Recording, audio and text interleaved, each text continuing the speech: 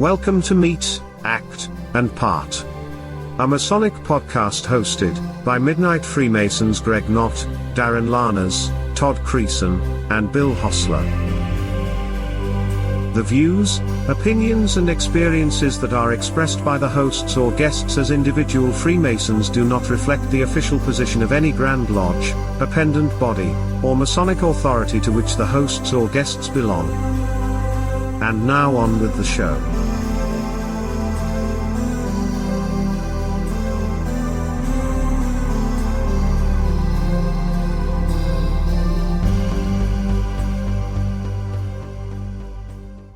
Welcome to this episode of Meet, Act, and Part. This is episode 58. I am Darren Laners. I am one of your co-hosts along tonight with... This is the little fat guy known as Bill Hostler. And tonight we have two very special guests. We have Vance Martin, who is the force behind a new grotto here in Illinois, Illini Grotto. And with him is Marty. Here we are with Marty Willis. Marty, baby. Party. And Marty, what is your role with the Grotto? You're an officer of some sort with the state. But... So I am first and foremost, I'm a charter member of Shiloh Grotto up near Chicago. I am a past monarch of that. I proudly serve as secretary of El Jala Grotto. I'm also a member of Eliabad and Meru Grottos. And I am lucky enough and privileged enough to serve as the first vice president for the Illinois State Grotto Association. All right, so we're talking about the Grotto tonight, and as I mentioned, our guests are Vance Martin and Marty Willis. Vance, why don't you start first with your Masonic bio, and then we'll go to Marty, and then we'll just kind of hop into it. Sure. So I am a third or fourth generation Mason. I only want to set this up as backdrop because my dad joined in 1955, my grandpa in 1911. Just so you have a sense that when we talk about like old school Masons, I'm familiar with them. I joined in 96. I am currently the master of Muhammad Lodge. I am the monarch of Illini Grotto. I am a companion in Champaign Chapter and Council. I am a Sir Knight in Commandery in Champaign and a member of Eastern Illinois AMD. My name's Marty. I joined Masonry sometime around the Mayan apocalypse because it seemed like a safe bet at the time. I have served as master of Villa Park Lodge number 1113, been the secretary for several years now. I am also the current worthy patron of Villa Park Order of the Eastern Star. Really excited about that one. Past monarch of the Grotto, current state association officer for the Illinois Grotto Association. Third vice president of the Illinois High 12 Association, secretary of Shiloh High 12 Club, president of Alsay High 12 Club, past high priest. I did a lot of stuff. I want to stop talking now. I like Masonry. I like being out. I like being with the people. And I'm just so happy to be here tonight. And Darren, your podcast rocks. I'm a Bill Hostler super fan, and this is a dream come true. Well, any time you get to spend with Bill is really a dream come true. That's for sure. So, I can understand your enthusiasm. Why don't you guys kind of, and I don't know who wants to take the lead here, but what exactly is the Grotto? What is it about? What's its history? Tell us, lay it on us. Why? Just let us know, what's the Grotto? How did it originate? So on and so forth. Vance, you want to take that, buddy, or you want me to go? Okay. Yes. So late 1890s in upstate New York, there was a chapter meeting. Two local chapters were doing a degree, and they thought they had such a great time that's like, we should do something that's Masonic and messes with other guys and has fun, and so they kind of came up with a new organization which kicked off what became known as the Mystic Order of the Veiled Prophets of the Enchanted Realm, or the Grotto. And it just kind of grew from there because I think that these guys probably, I like to read into this. I was a historian, but I like to read into this that they're probably tired of some business meetings going, hey, did we pay the horse and buggy bill? And did we pay the telegraph bill and the pony rider? Okay, those are paid. Let's go home. And somebody's like, yeah, but we wanted to go to the local pub. And this kind of filled a niche for these guys. And the guys were like, hey, we want to have fun and, hang out with brother Masons in a way to, increase this fellowship. And it grew from there. And I'll let Marty then continue the story. Yeah, jumping actually, Vance, you pretty much nailed it, though. So it started in Hamilton, New York, Hamilton Lodge, Cypress chapter. It was an unofficial prank club that was taking place after ritual practice for the Royal Arch degree. It was originally called the Fairchild Deviltry Committee. I can't think off the top of my head when it actually officially became the Grotto and they switched from wearing turbans to the fezzes, but that was in the early 1900s. Our founder was a gentleman named Leroy Fairchild. Awesome dude. I get from reading the brochures about him because that was 100 years ago and I sadly never met the guy. But it is honestly lived as a fun little thing. It's a Master Mason's playground, and it was the original Master Mason social club. There's a lot of times I know where certain guys would like to refer to the Grotto as the poor man's shrine to, I know at least my chagrin. However, that was originally because to join the shrine, you had to be a 32nd degree, have your Knights Templar, where the Grotto originally always served as just a Master Mason's club, hence the poor man's shrine, because you didn't have to join all the other stuff just to get a fez on and get a little fun going. It's been a great organization. It's still kicking stronger than ever. We are about right around 10,000 members internationally right now. We've just been branching off into South America, Mexico, Puerto Rico. We are averaging 7 to 10 new grottos a year. And honestly, it is a fun, simple club that delivers everything it says it does and more. That's awesome. And what they support, is it like orthodontia for children, or that's some sort of dentistry, right? Is your charity or? Yeah, that's our charity. It's called the Humanitarian Foundation. Now, interestingly enough, the Grotto's original version was helping ALS. Well, one day someone came by the ALS office when they were still headquartered in downtown Chicago to drop off a check, and the guy was talking to him and goes, hey, it's pretty cool you're dropping off this check, but I'm going to let you guys know there's a lot of guys dropping off these checks. There's this whole other thing on the side that no one's really helping with, and still to this day, it's really an underrepresented thing. So the Humanitarian Foundation put its focus on helping special needs children get dental services. Is anyone here on this podcast right now super happy with their dental care? I know you're not, because I know I'm not. So instead of the services we offered, it was more just based around the clientele we could offer. If you read the brochure, it covers, palsy, different types of things, developmentally disabled. So it's kind of an open, I don't want to say it's open because it is for a certain select clientele, but it's for the differently abled children up to 21 years of age that are either uninsured or, just not, they don't really like their insurance going on, not burden to the family. So anyone that's developmentally disabled and needs some dental care, we will help you out in any way we can, as long as you're not on state insurance. It is a very cool thing. When I was at Special Olympics over this past summer, we had a table with the dentists for their Healthy Athletes area. We're doing a lot of amazing networking, and a lot of the dentists didn't even know some of this money was available to these families. So we've actually grown a lot in the state, kind of working with Special Olympics and their Healthy Athletes program. It is a one-of-a-kind, underutilized, misunderstood, amazing charity, the Humanitarian Foundation. That's awesome. I didn't know the background on that, so appreciate it, Marty. Thank you for getting that. Oh, but like most things I say, I've never fact-checked any of this. Some guy just told me once in a hospitality room. I've been retelling the story for years. So if you're at home and I'm wrong, don't at me on that. Well, I mean, they can at me, and then I'll just come complain to you. How's that? I'll be the middleman for the complaining. Deal, I love it. I often am anyway. Trust me.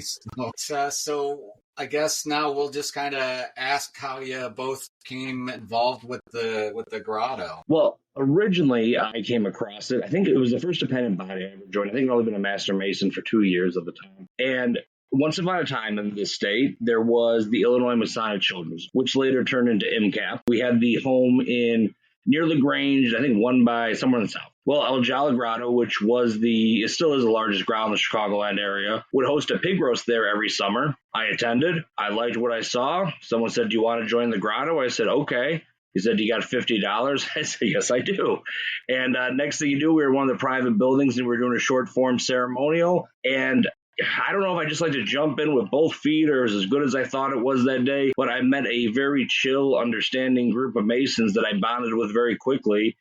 And, got super involved in Grotto pretty quickly, and that was off to the races. And then with Jala for years, which I'm still their secretary, then we spun off, started Shail, and then sometimes when I'm bartending at the Grand York Rate Hospitality Room, I put on a Grotto Fez, and cool guys like Vance come up to me and go, "What's that all about?" And we have a good conversation. I must have really hit my elevator's pitch that day. And 6 months from that point, we were chartering a Illini Grotto, having the time of our lives. So, Vance, you can pick up the story there, buddy. Yeah, so I will say, 2 years ago, I think, I joined Chapter. And then, like 6 months later, I was at Grand Sessions, only in Chapter at that time, with my buddy Joe. And we went to the hospitality room. And we met this guy, Marty, and I think we closed down the hospitality room. But we were just having, a discussion about how it was, pretty chill that, Chapter, everybody was drinking, they were having fun. There was kind of a little bit of different vibe, let's say, than Blue Lodge. And we really liked it. And I would say I was,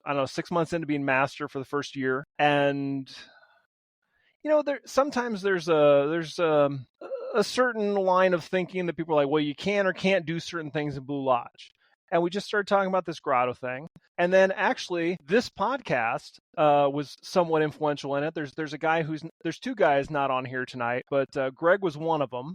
And then Mark St. Cyr was the other. It was one of the podcasts you guys did. I can't remember the name of the podcast, but it was something like, just jump in and do it with both feet. And, I was talking to Greg about that, and I was talking to him about meeting this guy at Grand Sessions. And Greg's like, well, you should just do this. I'm like, well, you know what? Let's do it. And so, I probably had this email chain with Marty with like 130 back and forths or something, what we got to do. And we started shopping the idea around the district and the area. And I got to say that pretty much everybody I talked to that has joined Illini thus far was super supportive and super on board, because the spiel went something like this. They're like, what the heck is Grotto? And they're like, well, you give a little bit of the history, and you're like, we're brand new, we're kind of the only one in the downstate area for a while, other than there's Gayo over in Danville and there's Abbas over in Peoria. So, we kind of fill a niche in the greater Champaign-Urbana area, but it's a place for guys to get together, do things like tailgating, go into axe bars, play D&D, stuff that you're probably not going to do in Blue Lodge, or you're going to get looked at askew. And at first I'm like, I don't know how this spiel is going to work, but pretty much every guy I talked to, from Toledo to Decatur to Bloomington's like, okay, I'm in. And I would say that my guess on this is it just kind of fills a niche of guys who join Masonry for one reason. And maybe it wasn't, to do ritual.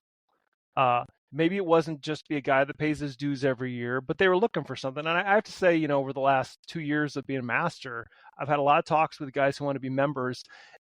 And most of the guys who want to be members are in this group of 30 to 50-year-olds who want to join a group of guys because they have no way to make guy friends. And, Lodge is sort of a way to come with a ready, set group of guy friends. And I think Grotto is a subset of that.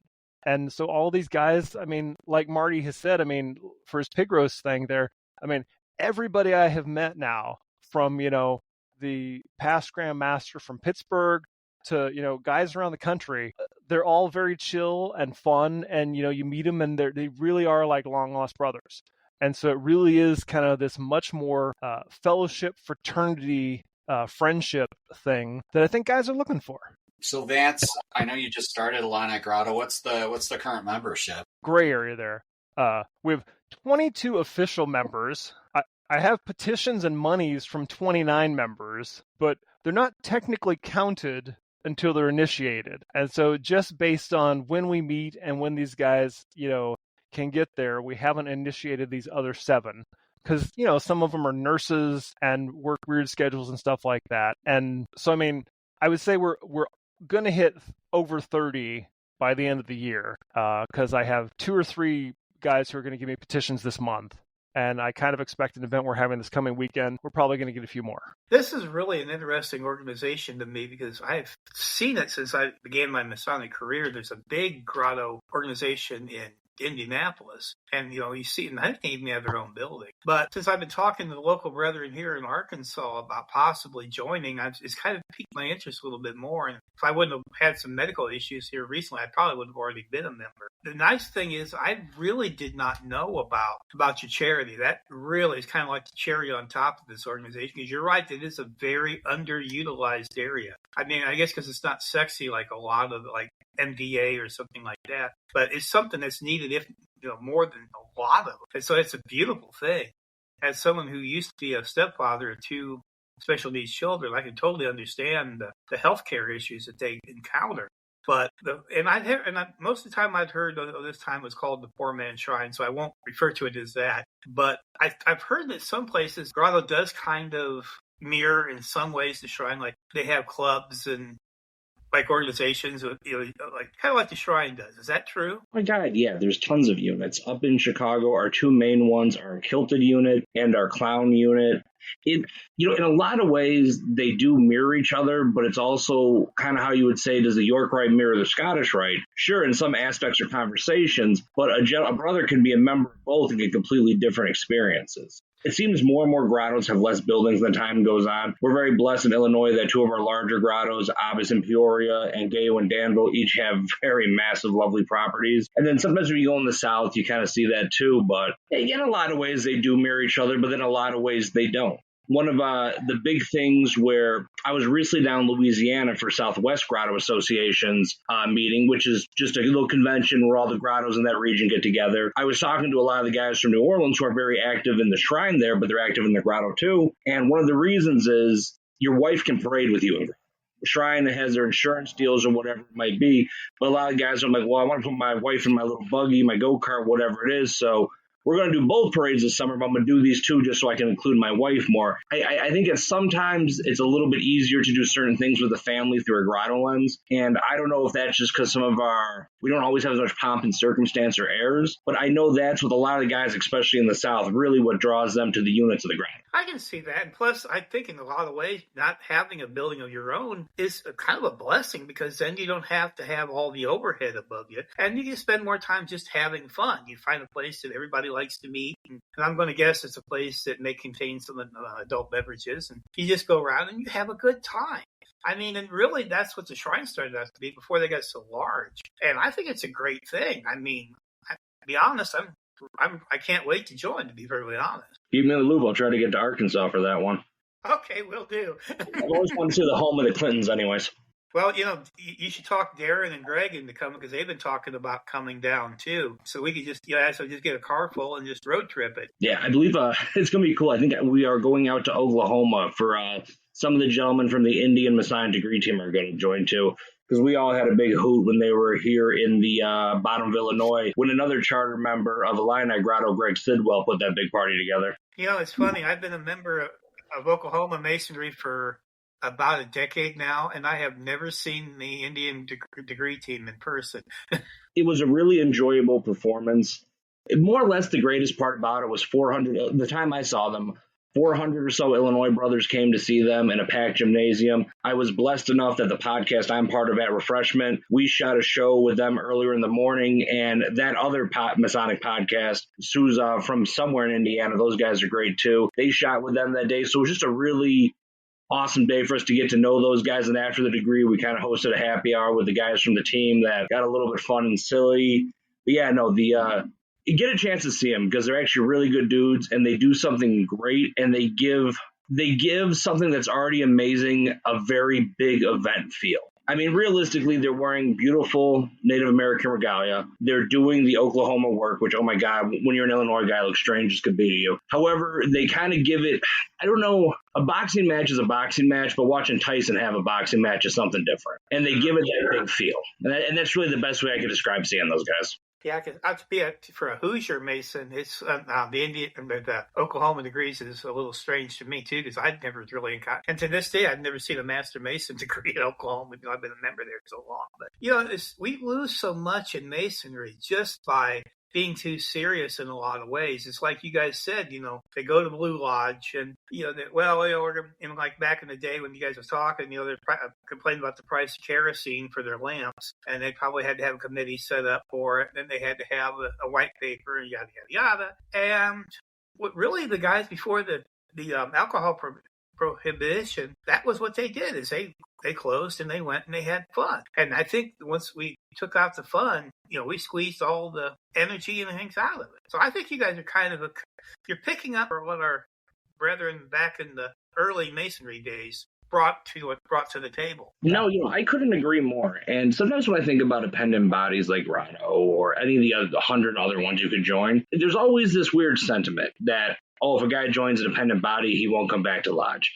My thing when people say it to me is, I'm like, well, how bad does your lodge suck? But trust me, they're going to come back. It's true. Yeah, but sometimes, like, all the guys I know who beat on that drum have some shoddy operations. But sometimes I think groups like Grotto, okay, you want to have a little bit of party aspect. Well, that really doesn't fit with symbolic craft masonry. Create this for the brothers.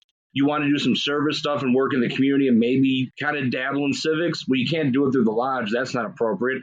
Start a high 12 club to do that. You want to put a study group together, get an AMD. There's a lot of, so when I always look at dependent bodies, they're never taking away from the lodge experience to me. They're keeping the lodge experience pure and manageable while offering more to the members. Kind of like a recipe where the main ingredient is the lodge and you're just adding spice to make it more palatable in a lot of ways. Oh, yeah. I like that. And for all intents and purposes, Grotto is a pack of Hidden Valley Ranch seasoning right on that pot roast in the crock pot. It's going to change your life, man. Well, definitely crock pot. That's probably the main Blue Lodge right there.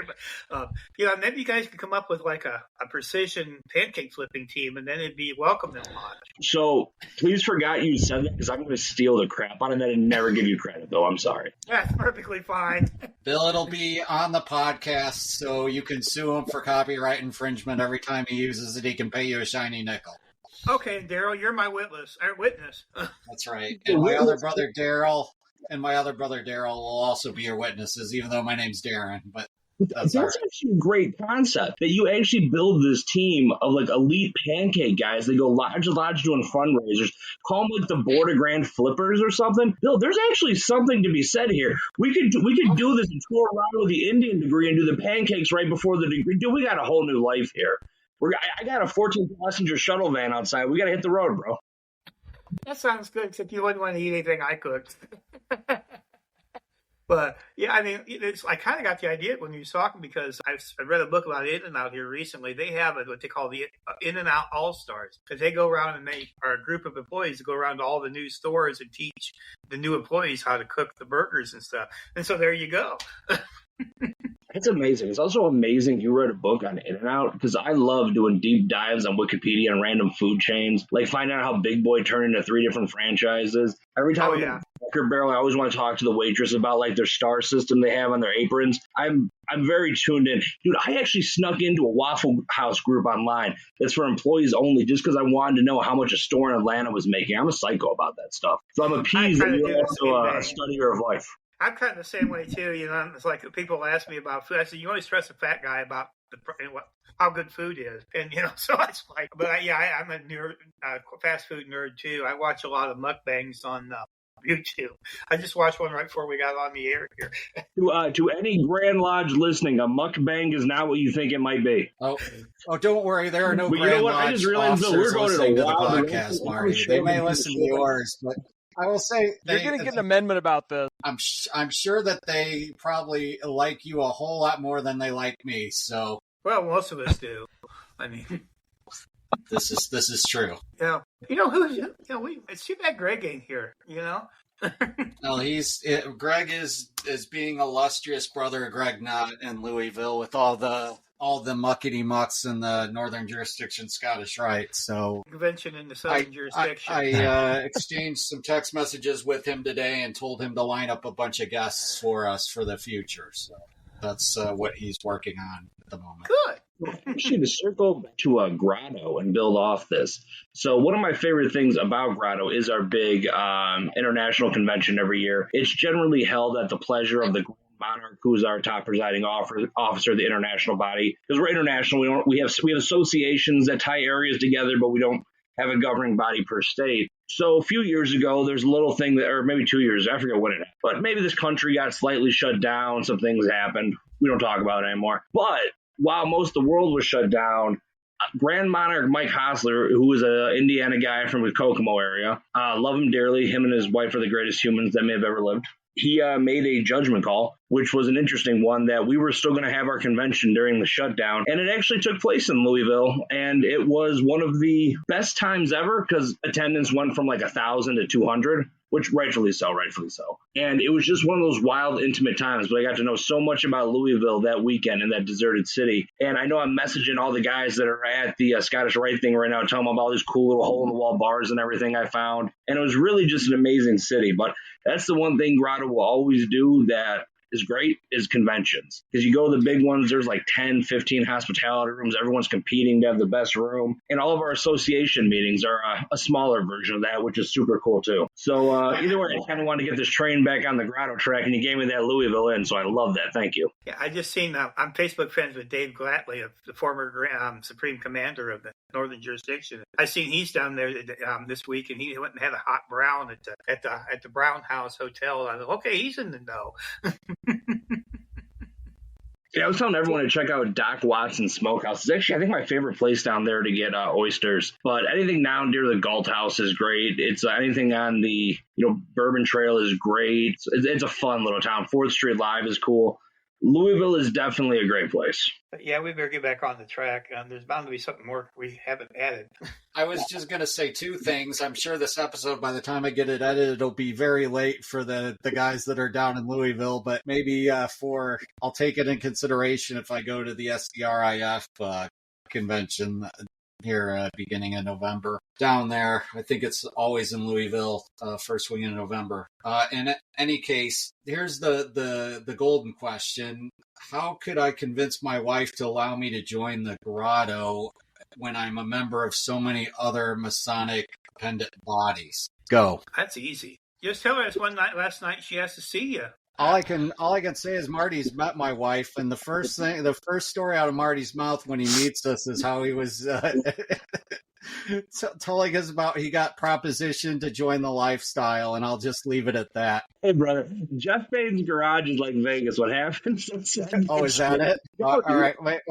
Well, I may or may not edit it out. We'll see. We'll see how I'm feeling when I do it. I mean, the first thing I always say with the guy who either wants to join Lodge or one of these bodies and he's worried about his wife, I say, dude, introduce her to my wife. She was the nicest person. And I don't know how she convinces a lot of these dames that her and her husband should go on us all these wild adventures that aren't lifestyle related. But that's always the best part, dude.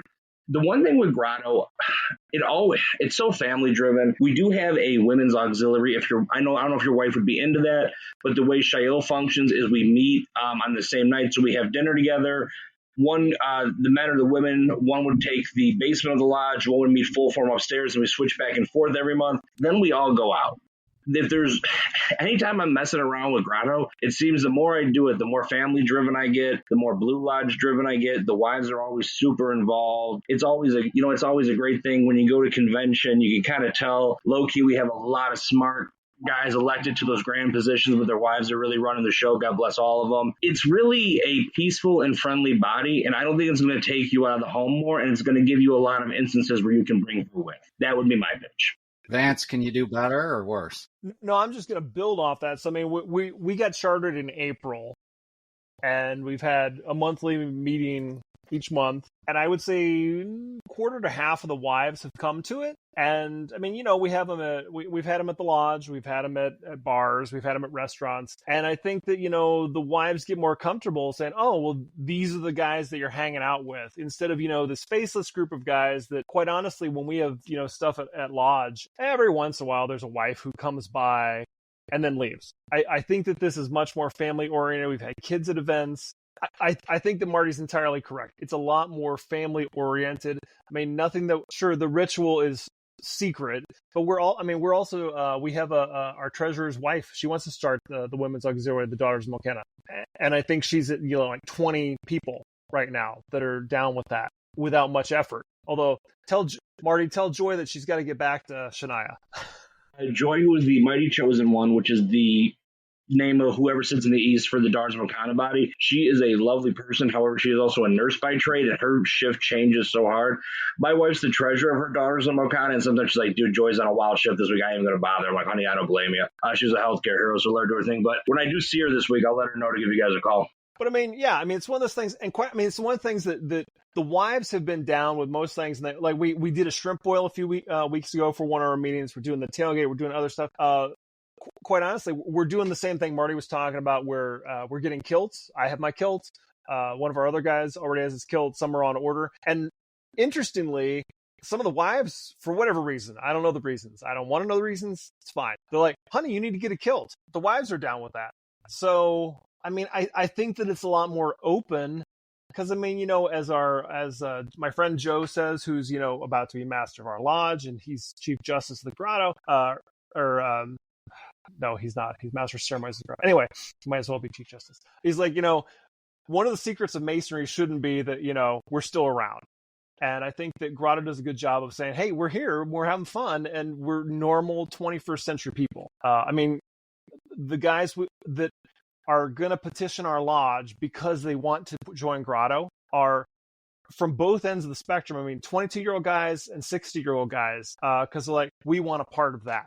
And the guys who are 60 are married, their wives have been like, yeah, they sound like good guys. We've met the guys, we know the guys, let's do it. Yeah.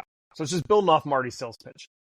And, a lot of those activities we do, it really gives our beautiful women really a chance to do great stuff and use their working tools too. When our grotto does our trunk or treat, trust me, dude, if it was just me and the guys running it, we would just be pegging little candy bars at kids.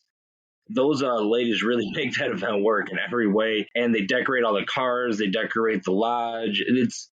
I don't know, dude. At this time of my life, a lodge in York, right, I'm okay, but anything else, I really kind of want my wife there, and this really lends it to that, and that's why you really see me active with Grotto, High 12, Eastern Star, because I'm really not looking for another night out of the house. I'm looking for something that's going to make me happy that I could share with my wife, and Masonic, I don't know. It's a good thing, and I think if you have a lady and she's hesitant, bring her around a lot of the girls, dude, because they're amazing. And I'm speaking for pretty much every grotto in the nation, and I've been to a lot of them at this point, that everyone is super cool and the chicks are super welcoming. And while, yes, they're not in the room when we bust out the cauldron and do the weird parts, they have an equal equity in that. And in some cases, I would say all of our grottos would suck without our women. So what I'm hearing, you guys, is that you're not really Freemasons because you want the women involved. Well, I didn't say I want them to vote, Darren. No, honestly, dude, Masonry is a weird thing. And the amendments there, Darren. Yeah. To do it successfully, you have to ask for time out of your house. And frankly, I'm looking at a pile of chores in this weird basement I'm sitting in right now that I should be doing. However, a couple nights a week, I got to get away and do things. And hopefully if I can bring my wife and involve her, that's even better. And if the body lends itself to that, that's kind of what I want to do, because I kind of get bummed out when my wife's not around. I was going to ask if you were in a basement because I was getting like Silence of the Lambs vibes. And I thought I heard Goodbye Horses by Lazarus playing as we started the podcast. Put the motion in the basket. Yeah, I'm doing another podcast after this one about the lifestyle, so I'm just warming up. Yeah, I got you. So let me just... So 27-year Mason or whatever, my kids are 11 and 9. And I know that this is not... It's just a podcast, it'll be audio. But for you guys, can you kind of see that? So my 9-year-old made this. Obviously, it's in reverse on my camera. It says, I love Dad. And what's it got? It's got McKenna there and a lightsaber. Because... my kids, they're kind of proud or whatever. Or I don't know it's not quite proud. They're like, yeah, my dad is the head of the lodge, but they're like, oh yeah, my dad's in Grotto and going back to conventions. So we're going to New Orleans for the convention next year with my wife and kids and my sister-in-law who also wants to join Daughters of McKenna. And one of my kids, my friend Joe, they love his wife Dusty. They're like, oh, we love Dusty. And I'm like, yeah, we're going to New Orleans. Joe and Dusty are going because Joe's in Grotto. I said, Marty will be there. And they're like, Marty's going to be there. It's one of those things. Marty's, 2.5 hours away in Chicago. But I mean, it's one of those things that it really is family. That the kids love Marty and Stephanie. So no one has ever said that about Grand Lodge officers. I don't think from disparate parts of the state. Yeah, and actually, Vance, while you jumped on the big convention this year in New Orleans, our Grand Monarch Victor Mann, when I messaged him before, I said, "Hey, Victor, I'm doing a podcast. It's not mine about the Grotto. Is there anything you want me to cover?" And I sent him some links to your show so he can know all about it. And all he said was plug the convention, June 2nd through June 9th in New Orleans, Louisiana. I will be out there for 10 days of Grotto fun and madness. And it is going to be amazing, and it's going to be an awesome time. We've actually had to set up another overflow hotel because we're kind of taking over Canal Street little by little right now. But it's going to be one for the record books. And realistically, even if you're not a Grotto member, you can go, Darren. You guys want to cruise down there with us? Because frankly, the 2 days we're in meetings is like, I hate to say the slowest part. The hospitality rooms, the dinner, the entertainment, the outings, getting to know everybody, hooking up with all these crazy people from around the country, just kind of rolling down like a motley crew of Grotto people attacking Bourbon Street. It's when we write the book, man, this is going to be a whole chapter. That one I promise you. And that is under the guidance and leadership of our Grand Monarch, Victor Mann, and his beautiful wife, Angelique.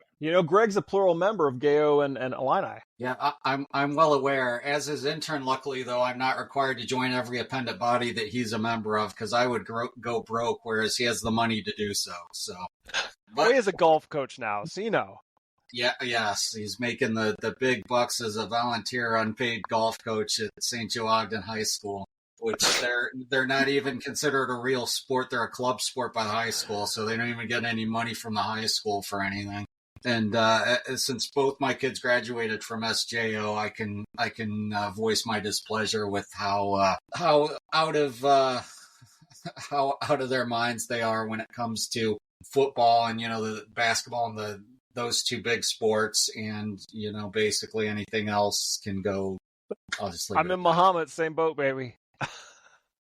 So I think it's just the curse of being in the Midwest and those being the two main sports that people think and that are going to launch their kids' careers to be superstars. And I'm sure for the ones that do make it, they were probably in the youth sports and that. But I have to think the odds are so low that I don't know. Texas and Oklahoma. Right. Yeah, I mean it's all over the place. It's not just. Life is actually a documentary. They don't want to tell you that. What not is your life? I'm sorry, Marty. What was that? Oh, when he was mentioning the football programs in Texas and Oklahoma and everything out there, it's like that movie and the show later, Friday Night Lights. We do our thing in the Midwest. We like our teams. Indiana's all about basketball. After the game, we can go to Casey's Pizza, but that completely is a different animal down there in the Southwest. Oh, yeah, town that was next to us, Allen, Texas, which is right there in North Texas. When we moved out, they had just built a 60,000 seat high school football stadium. It had like it was like, I mean, it's not like the Colt Stadium, but it's pretty. It's like a college stadium, and they have one of the smaller ones. Vance, Marty, what other than the convention that you just plugged, do you want to plug any other events coming up for the Grotto? A pool tournament coming up at the end of the month. September 30th will be in Muhammad at Southpaw Billiards. It'll be a $50 buy-in for 2-guy teams with a cash payout. And then afterwards, in Champaign, there is the DSC Developmental Services Center, which does an Oktoberfest from 3 to midnight. So after the pool tournament, we're all going to downtown Champaign for German beers. And then we'll probably go up to Child in November and then have an Axe Bar meeting. Not all of us, Marty, just a few of us for your November meeting.